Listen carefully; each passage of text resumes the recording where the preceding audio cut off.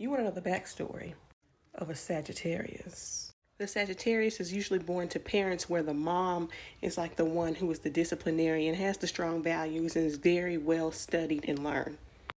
The pappy, he has the freedom to do whatever he wants, say wherever he wants, go wherever he wants, and carries this big jovial energy. And sometimes it's too much to bear or even pin down. And sometimes the mother is left holding the bag or raising the Sagittarius child alone. And I won't even put it past them if they eat or shop their feelings away in the marriage that they despise, or possibly the marriage that they left a long time ago when the father left it physically and mentally a long time ago. But that becomes too much scrutiny for the Sagittarius child, who has in one way been abandoned, and then the second way had all the rules and restrictions put on them. Sometimes too much where the Sagittarius feels like they're being squeezed like a pimple.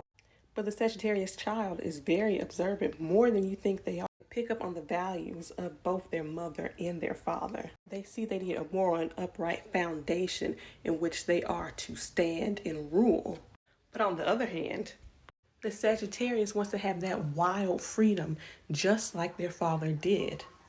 And thus, the Sagittarius is cultivated, half moral human, the one that makes the laws and does the judging. And then the second half is like, hey, wants to run wild and be free. But if there's anything that a Sagittarius could say to their parents, particularly in the past as well as the present, is this: I can do it better than you, achieve more than you have. Whether you have abandoned me, whether you have criticized me, or given me a complex, I'll show you what it is to be a true ruler, to be a boss. I can show the both of you how I was able to merge the characteristics of my father and my mother and embody it and still be on top and still be the star and kind of have a moral compass. See, the thing with the Sagittarius is that the moral compass tips and taps in whatever direction it wants to run wild at. Because the Sag thrives off of experiences. If a Sagittarius is not learning through a book, sometimes be by the book, like the maternal figures in their life, they're going to go out there in the world and travel and experience life like the masculine figures have. Because they're going to get that higher learning either through here or through there or anywhere. They go around the world just to see what the real truth is. Despite the fact that the Sagittarius can be a boss, secretly they know they have a lot to learn. And they're proud of that because they are the philosophers and adventurers. And as long as they can experience something, they can live something, they can teach something, they can become the mentor that they always wanted.